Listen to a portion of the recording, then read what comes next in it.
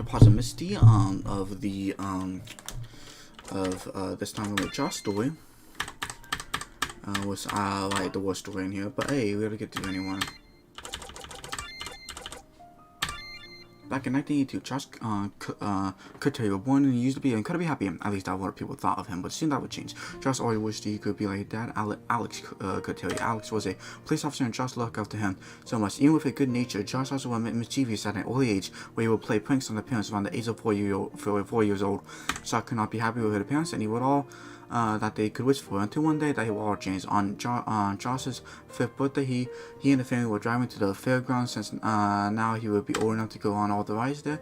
If he was with his parents, Josh would think to himself on which ride he would go on first, until someone crashed into the side of the car. Josh was the only one that survived. His parents were decapitated because the car that crashed into them were carrying metal seats, so when the cars collided, the metal seat cut their heads clean off. The only reason Josh survived was because the metal seats flew straight over his head. Josh was never the same after that. Josh was adopted into the Johnson family at the age of 6. He had a stepsister named Alice, and he had a stepbrother named Clyde. His new stepparents were Alan and Nancy Johnson. This family cared for Josh so much, but he was blinded by his passion and hatred. Josh went on to act up, but even after all this, that he was still loved. But the family knew Josh went through something that no one should have to go through, especially at such a young age. After many years, Josh proceeded to get worse, and he constantly did drugs, and he was always drinking alcohol to hopefully ease the pain he felt, but never did, because when he got sober off the high, he felt everything once again and never faded away.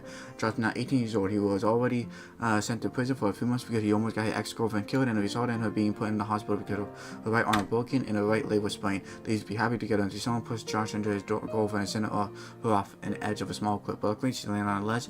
When Josh got out of prison, he saw a billboard advertising a martial artist named Corey Glenton, and how he was training people to be skilled in combat / self-defense. When Josh arrived, he first showed attention to Corey like he knew who he was. Josh was Corey's best student, and Corey asked if Josh ever was something like this had done, because the way Josh fought, he looked like he was going for the kill every time he trained. Josh was a quick learner when it came to fighting, and Corey was very impressed. The training went on for a few more days until it was time for Josh to spar against Corey. Josh proved to Corey how capable he was by knocking Corey off on the other feet within the first 30 seconds. Josh didn't move on from that training because he didn't have much money left, so he decided to give a job. At first, he worked at a fast food place, but then he went to look for something more. Josh one day was walking back to the apartment, and he noticed that a guy was robbing a lady in an alley, and Josh went to save them. Josh drop-kicked the guy into the trash can. The guy got back up with a hood off, and for the face of the man who crashed into the parents' car a few years back. The man looked up toward Josh, and that man saw pure rage in Josh's eye. "Get out of here, this had nothing to do with you. Leave or I'll teach you a lesson." "Teach me a lesson, huh? How about you tell me if you felt bad for the kid you left parentless?" "Kid you left parentless? Wait, no, it can't be you. Look, I didn't mean to, I'm sorry. You know that gun didn't harm bullets, right? What are you doing? I said it wasn't..."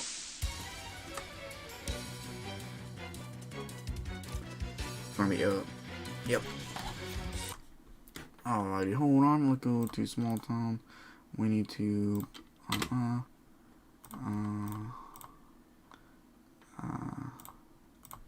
we go, that should be fine. Yes, good. But because of that, I have to start over.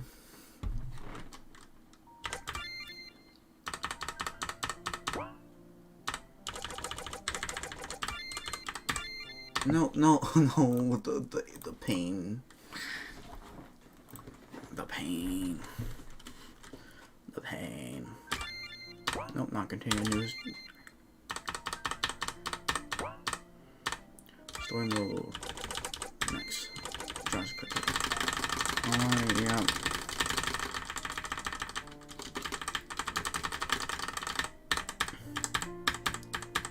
Alright, back to our life. Quiet, magic, spark.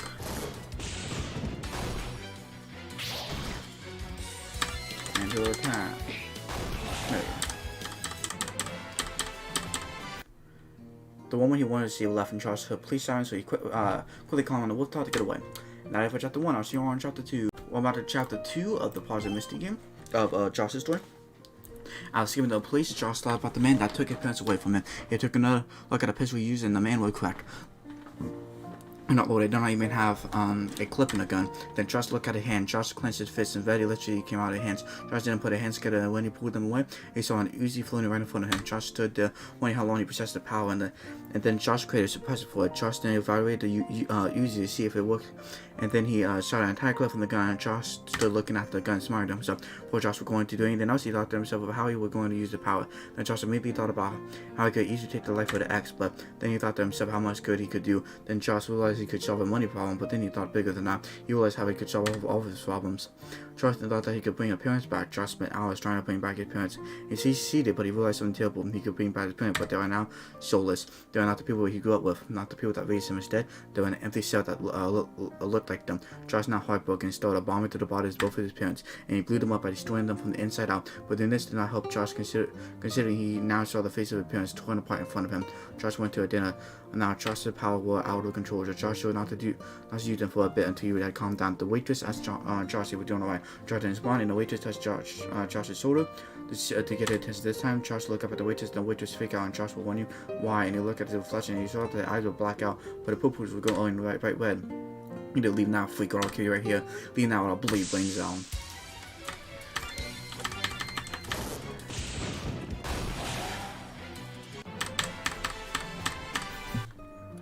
Josh knew everyone was still terrified of him, so he continued to leave, and he was not seen for a long time.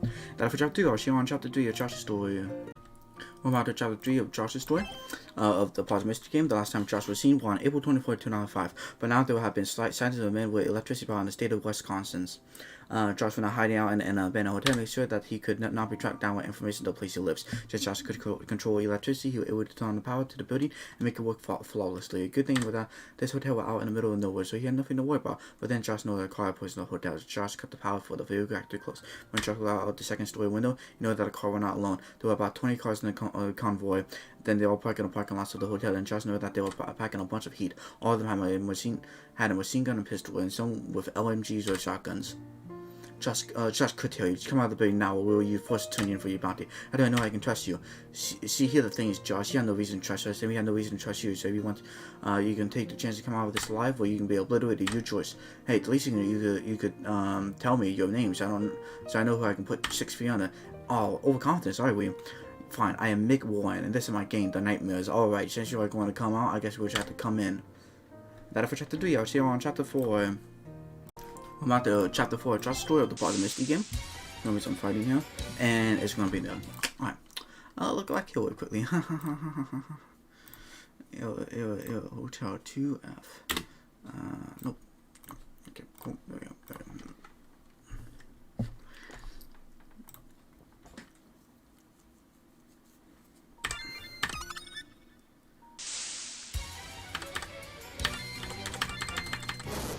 Alrighty.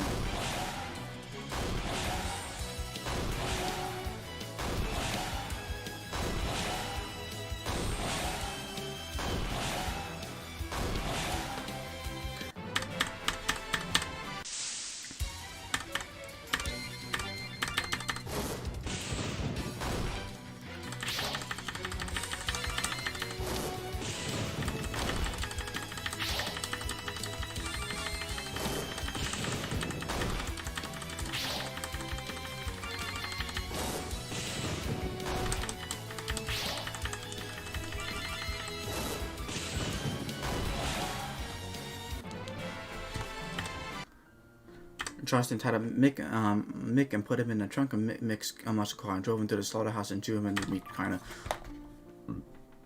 That was chapter 4. I'll see you on chapter.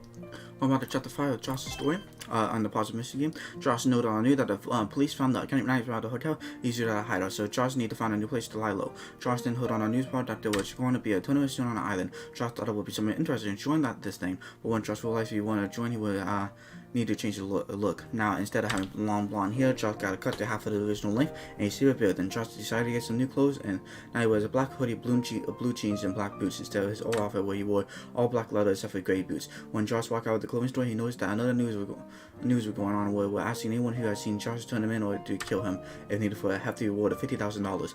Josh proceeded to pull his hood over his head that he walked towards a fast food place. Even though he could use the power to make something to eat, he did not want to waste the energy so he can give it all he's got for the tournament. Josh did not order a burger, but once he finished eating, he got out of the building and shooting a possible because he thinks the cashier knew he was Josh could tell you.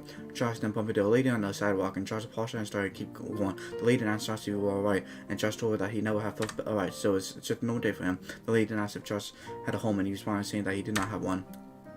What is it? Look, I know you are probably going to please with someone asking you for this opportunity. My name is Scarlett Jones, and even we just met. What's your name? I just want to know your name because city people could be wrong and accused of stuff they didn't do. I don't want to judge anyone because there's always another side to everything, right? Josh could tell you. How do you find out so quickly? So you found me out, Scarlett Jones. What do you plan to do now? I know you can create things for your electricity powers, so I want you to join the tournament that is happening in a few weeks. Because if you are, my courtesy to not turn you in. If I win the tournament, you have to give me millions of dollars. What do you say? Fine, but fat chance I'll let you win. I'm gonna win it, and there is nothing you can do to fence otherwise. But let us say you do win. Yes, then sure, I'll give you millions of dollars. Then here's the deal, Josh. You still can stay here for the night you won. I'm going to be driving to the airport in 2 days to travel to the East Coast. You want to join me? Sure, why not? It's where I'm going anyways. Might well have an effortless way to get there. Josh then decided to go to bed, and for once, he actually slept on a comfortable bed instead of a mattress that he slept on in that one down hotel. That for chapter 5. I'll see you on chapter 6. Welcome to chapter 6 of Josh's story on the Emmensity game. Jesus, how long do you sleep? For sale. Let's go to house 1. Nope, house 2. I forgot to do a fade in. Now we do.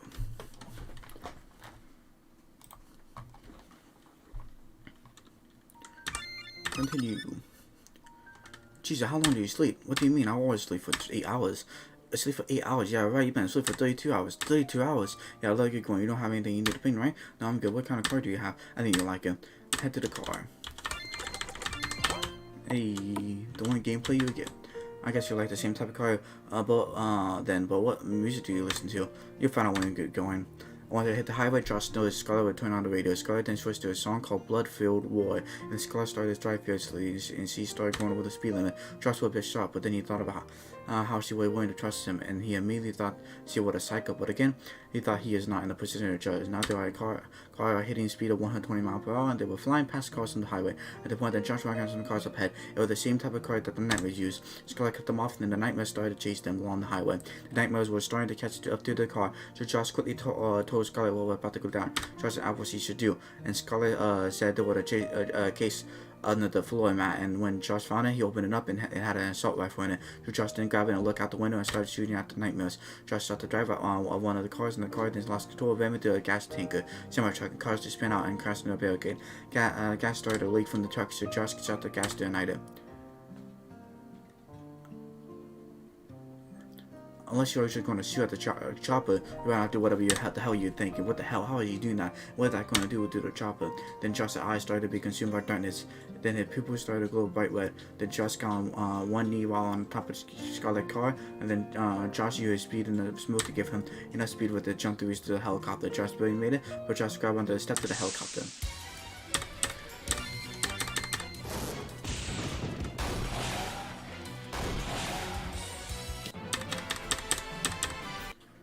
Josh then held onto a pilot all the way to the helicopter crash. Scarlett then slowed down to check on Josh, and she did not see him leave the area of the helicopter. Scarlett and Nightmare all looked into the flames of the helicopter. Ellen waited there for a minute, and then Scarlett heard someone laughing amongst all of them. So Scarlett pulled out a pistol and told one of them to shut up because there's no laughing matter. But then she heard it come from inside the fire. Inside the fire went out a black figure walking toward them, and then they saw his red eyes. At first, Scarlett happy that Josh was okay, but then she got worried about what he was going to about to do.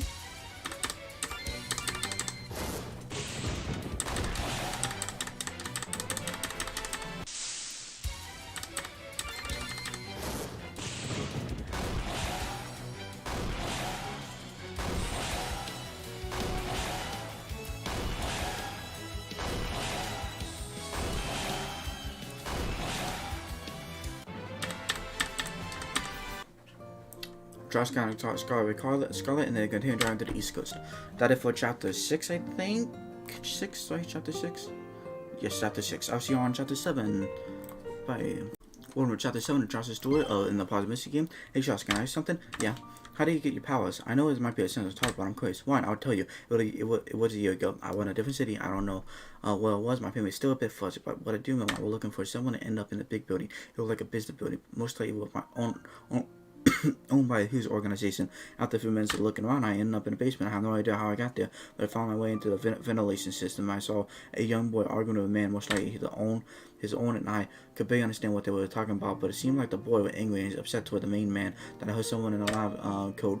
A scientist screamed that a spell was being given too much power, and everyone started running beside the boy and the main man, trying to leave the building, but the vent I used to get there would close out, tried to break it open, but I was not fast enough, and there was a right flash. I would knock down, and I broke out of that vent with ease. I tried to watch the exit, but I did not have the strength. I saw the same boy limping, but I made sure to stay clear of them. They had electricity coming out of their body, and the eye was glowing purple. I quickly headed in the restroom, and I saw in the mirror that my eyes were glowing red. I looked at people and used all on.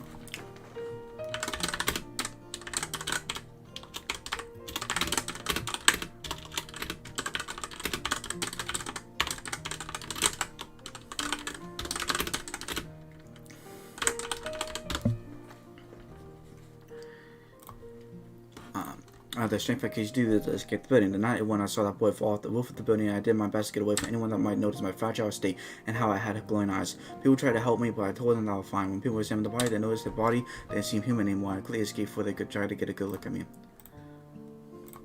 Hold on. We need a quick intervention.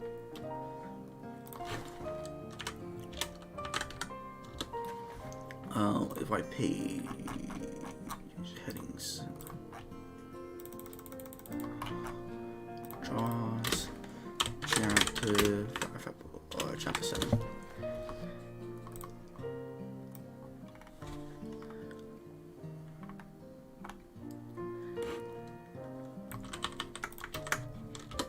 Now, back to what I was doing.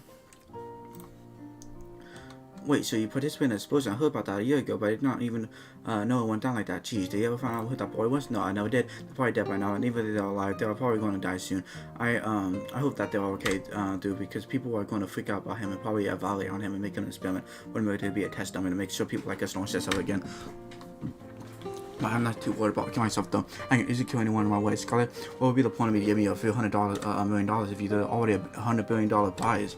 It was just to get you to go. I really don't care about the money. I'm just here to have some fun. I figured you would need for some fancy, so I figured I should make a deal with you, even if it's pointless. So how far until we at the East Coast? We're about 230 miles away, but we should be able to get away with going over the speed limit for a bit. Scarlet, why do you want me to come with you though? I get the excitement of competing against other people for money, but why do you want someone who has known to kill hunters to come along? Heck, if I didn't hold myself back, you would have been killed hours ago. It is because I know there's another side to you. Sure, you are a serial killer that had committed a sin inside, but I have been watching for a while, and you try your best not to do it. Heck, even when someone has screwed you over so badly, I see a bit of hesitation before you do it. You might say that it's just to be creepy or terrifying, but I see that you never wanted to kill, but just because of what your powers do to you. You can't control them. You are basically trying to hold a bear with a piece of string, and I respect you for how hard you can try to be the best that you can, but I will admit you still scared the shit out of me, especially when you killed the nightmares after surviving the helicopter crash. I'm gonna be honest though, Scarlet, I thought I was going to die from that. Heck, I plan to die right here. Right there, the only reason I survived because some wires from the helicopter got cut and it electrocuted me and woke me up and powered me up while we're making the helicopter crash. I actually had no power left to keep me alive, but I guess the universe want me to live for now. Scarlet and Charles continued to drive down the highway in the night sky. Scarlet's car with a bit shot up because of the nightmares, and while they were speeding, a police officer showed up. Scarlet boy did not kill, but then a bunch of cars in front of them turned on their lights, and it seemed like Scarlet and Josh was trying to. Scarlet then put the pedal to the metal and shunted the rear bumper of the police car and spun them out. Then two other police cars tried to block their path. But then Scarlet kept going and pushed them out of the way. Then, when they were a bit away from the police cars, Josh started to shoot at them, and Scarlet told Josh there was a rocket launcher in the back that they could use. Josh grabbed the rocket launcher and shot one of the police cars with it, and the police car then fell right in front of another police car and caused a pile up of cars. And motorcycle gang then cut across the lanes and cut them off. And then Josh saw that it was more nightmares that were disguised as Scarlet, and Josh started to shoot at them. One of the nightmares drew a Molotov at them and it landed on the hood, so now the engine was catching on fire, but Scarlet could not see what it was in front of her. Scarlet didn't notice next to her there were nightmares, so Scarlet slammed into them and caused them to land on a fire, and it would put out part of the fire. Geez, fire can see. Wait, what is that up ahead? Are you fucking crazy? Heck, a barrage of missiles like this is going to cause too much damage for anyone to survive. And this guy, though, hundreds of missiles about to fall on the highway, and Scarlet decided to use the booster in the car to hopefully get out of the way of the missiles.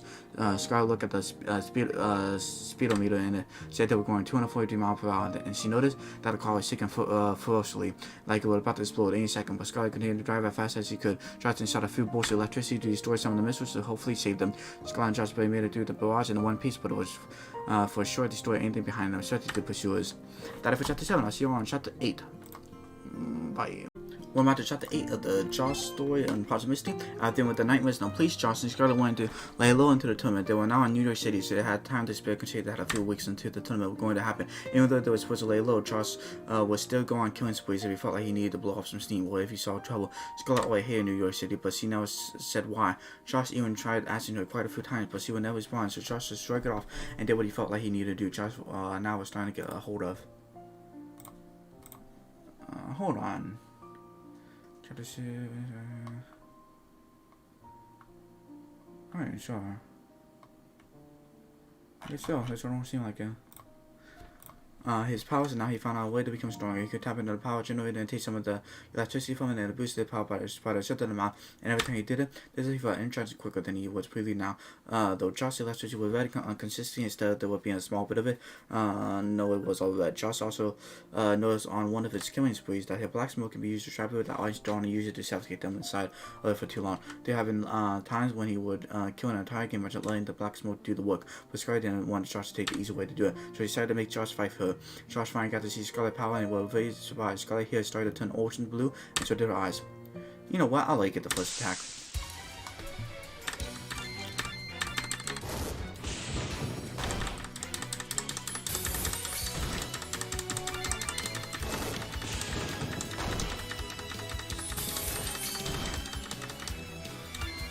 I don't have a potion. Alright. Quick thing. I want to enemies. Scarlet. Let's do 400. Her defense can be 20. Alright, there you go. That should be good.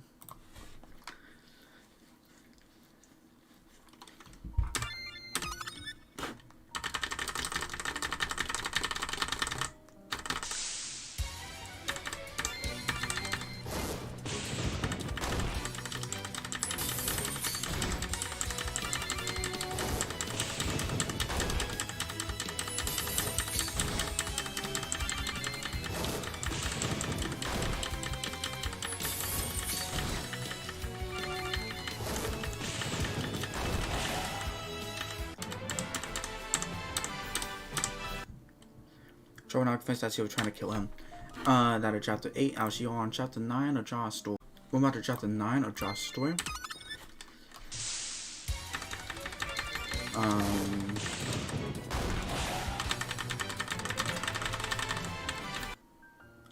Why are you laughing? You know it's kind of funny how you thought she was trying to kill you, but really she was trying to help you. Scarlett, I'm so sorry, please don't die on me. If you did to me, I'm not going to hold it against you. You know how you wanted to know why I hate the city, correct? Well, the reason is because this is the city I was raised in. When I killed my father because he abused me as a child, and this is the same city where I got raped. But please, Josh, even if you have to let your power stick a hold of you during the tournament, it seems like they know what they are doing because they know what they are capable of, but you do not, so let them take control of you one last time and win it for me. That's all that I ask of you. Justin watched as the light from Scarlet's eyes fade away. Justin did not use the power for the next few weeks. Justin went to the docks to sign up for the tournament, and he took a boat there. He then waited to arrive at this mysterious island, and even though Justin was powerful, he was hoping he could keep the promise to Scarlet. And that is for chapter 9. I'll see you on chapter 10. Welcome to chapter 10, the finale of Josh's story. So we're going to continue on here. The next fight will be Roxy and Josh. Please come to the stage now. Alright, let's make sure that both of you know the rules. The last one staying to win, you can knock your opponent out. Or if needed, you can go for the kill. You can may begin at 3, 2, 1, go.